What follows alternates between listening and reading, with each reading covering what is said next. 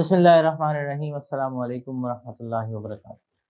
جناب، سلسلہ تھا قیادت کے سنہری اصول من حیات رسول صلی اللہ علیہ وسلم، اور آج ہم بات کرنے لگے ہیں ایک بڑی اہم وصف کے اوپر جو لیڈرز کے اندر ہونا ضروری ہے۔ بڑا خوبصورت سا شعر ہے علامہ اقبال کا: کوئی کارواں سے ٹوٹا کوئی بدگماں حرم سے، کوئی کارواں سے ٹوٹا کوئی بدگماں حرم سے، کہ میرے کارواں میں نہیں خوئے دل نوازی۔ اب آج ہم یہ خوئے دل نوازی پہ بات کریں گے کہ ٹیم بلڈنگ کے لیے جو سب سے اہم عنصر ہے وہ خوئے دل نوازی ہے، یعنی کہ آپ لوگوں کی کیئر کریں، لوگوں کا خیال رکھیں، لوگوں کے کنسرنس کو ایڈریس کریں۔ یہ نہ ہو آپ کہیں اوپر دور بیٹھے ہوئے ہوں اور آپ کی جو فالوورشپ ہے اس کے درمیان ایک بڑا سا ڈسکنیکٹ ہو۔ تو خوئے دل نوازی کیا ہے کہ آپ کا لوگوں کے بارے میں کنسرن کیسا ہے، کتنا آپ ان کی کیئر کرتے ہیں۔ قرآن کریم کی ایک آیت ہے سورہ فتح میں: محمد رسول اللہ والذین معہ اشداء علی الکفار رحماء بینہم۔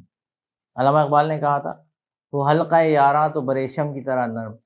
محمد صلی اللہ علیہ وسلم اللہ کے رسول ہیں، جو ان کے ساتھ ہیں وہ کفار کے اوپر سخت ہیں، یعنی مخالفین کے ساتھ سختی سے بات کرتے ہیں، سختی سے معاملہ کرتے ہیں، اور ایک دوسرے کے لیے بالکل نرم، ٹھنڈے ہیں۔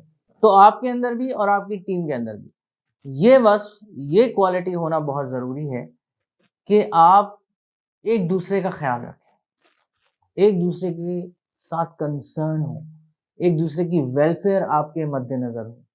نبی اکرم صلی اللہ علیہ وسلم نے نہ صرف ہمیشہ صحابہ کرام کی ویلفیئر کو مد نظر رکھا، پریکٹیکلی کر کے دکھایا۔ کبھی کھانا تناول فرماتے تھے، 7 لوگ ہوتے تھے تو ہمیشہ آخر میں کھانا لیتے تھے۔ سائمن سینک نے کتاب لکھی ہے لیڈرز ایٹ لاسٹ۔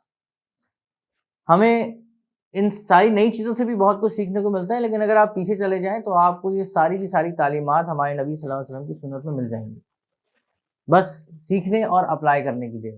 جب کوئی بیمار ہوتا تھا تو نبی اکرم صلی اللہ علیہ وسلم اس کی مزاج پرسی کے لیے جاتے تھے۔ آپ سوچیں کہ لیڈر اپنے فالوور کی خیر خیریت پوچھنے جا رہا ہے، جا کے اس کے لیے دعا فرماتے تھے، اس کی ڈھارس بندھاتے تھے، اور آپ صلی اللہ علیہ وسلم نے بڑے انعامات کا اعلان فرمایا ہے ان لوگوں کے لیے، بڑے اجر کا اعلان فرمایا ہے جو دوسروں کی مزاج پرسی کے لیے جاتے ہیں جب وہ بیمار ہوتا ہے۔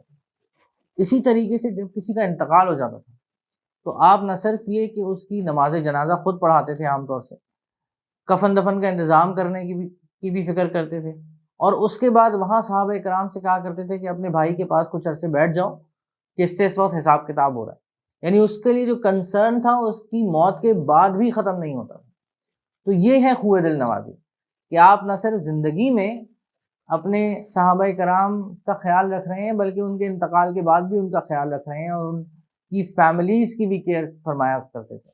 ایک بڑی خوبصورت حدیث ہے حضرت معاذ کی، میں نے پہلے بھی ایک دفعہ سنائی ہے کہ حضرت معاذ رضی اللہ تعالیٰ عنہ جو ہیں وہ آپ صلی اللہ علیہ وسلم کے ساتھ ایک سواری پہ جا رہے ہیں، اور آپ صلی اللہ علیہ وسلم ان کو پکارتے ہیں یا معاذ ابن جبل، اور وہ فرماتے ہیں لبیک یا رسول اللہ و سعدیک، اور پھر آپ یہی انداز اختیار فرماتے ہیں 1-2 مرتبہ مزید، اور اس کے بعد پھر ان سے جو بات کہنی ہوتی ہے وہ بات کہتے ہیں۔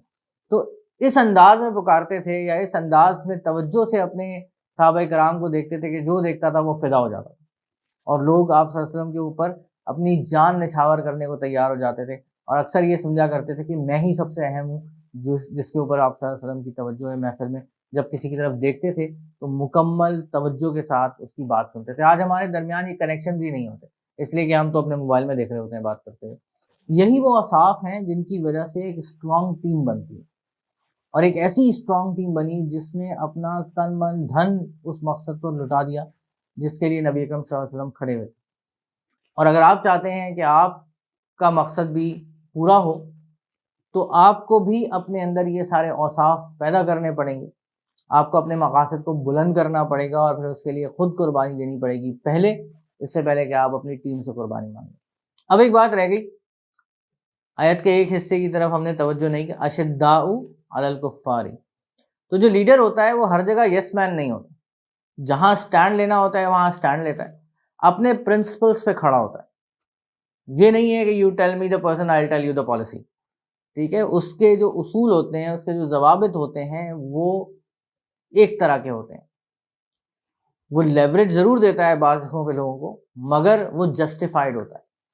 سو اصول کی بات کرتا ہے، آج یہ کل وہ پرسوں یہ، اس طرح نہیں ہوتا، بلکہ اس لیڈر کے کچھ ایسے پرنسپلز ہوتے ہیں جس کے بارے میں آپ اس پہ کبھی انگلی نہیں اٹھا سکتے کہ اس نے یہاں پہ اپنے فلاں پرنسپل سے جو ہے وہ ڈیویٹ کیا.